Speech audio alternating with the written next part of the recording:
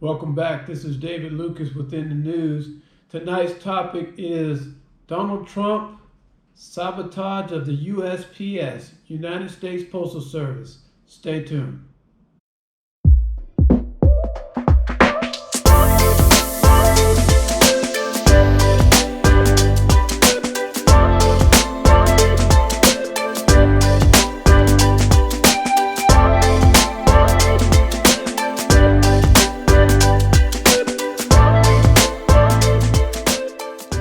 Several months ago, Donald Trump came out and started saying that mail-in ballots were evil, that they could be somehow fraudulent, that countries such as China or Russia could duplicate our ballots and send in millions of fake ballots. Well, all of those claims have been shot down by so many different authorities. Everyone is saying that mail-in ballots are one of the most secure that we have. But play along. Let's just go along with his theory. Recently, Trump also changed Postmaster Generals at the USPS. A personal friend of mine who works for the USPS told me several months ago that they were under attack, that their hours were being cut back, and their funding might be in jeopardy. And sure enough, fast forward a couple of months later, now Trump is saying publicly that he is not going to fund the USPS. And we've seen in recent days that mailboxes have been pulled off the street, trucks are being towed away, ballot machines and mail sorting machines are being taken out of the post offices.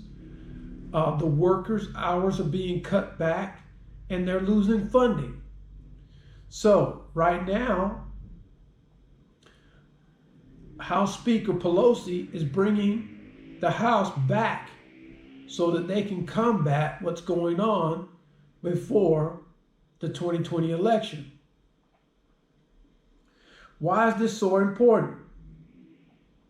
What does this all mean? Well, I'm glad you asked. In recent weeks, we've seen some pretty desperate attempts by the president. Let me remind you of this. In the last few years, we've seen a Russian investigation where Trump escaped narrowly. Bill Barr made that go away.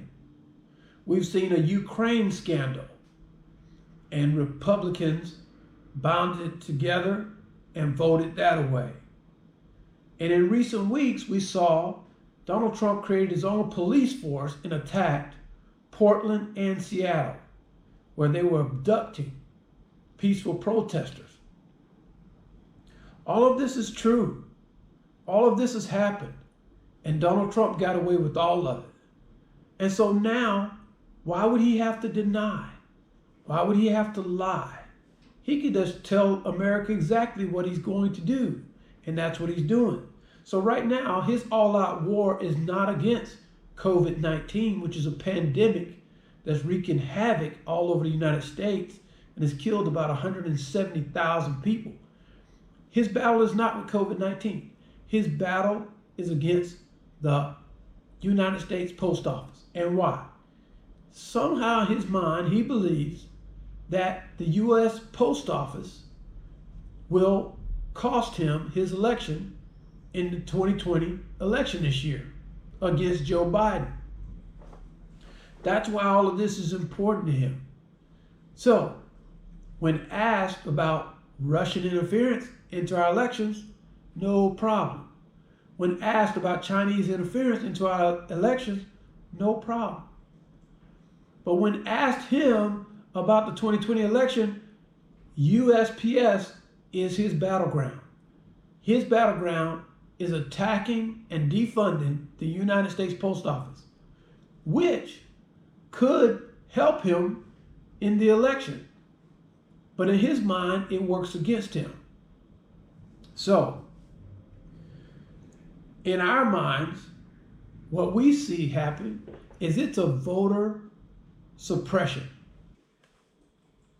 So, what do I think Americans should do in times like these? Because what I'm seeing is that one by one, each of our rights are being attacked. Meaning, if we can't protest peacefully, that's in the First Amendment. That's a right.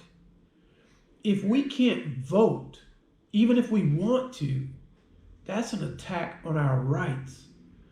I want people to know, now this is an American thing. This isn't a right or a left. This is an American issue.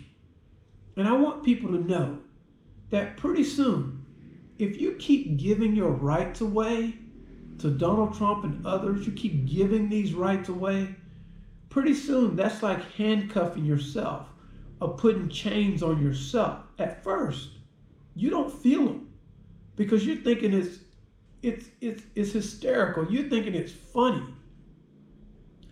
But over time, you're going to start feeling the weight of those chains like other countries.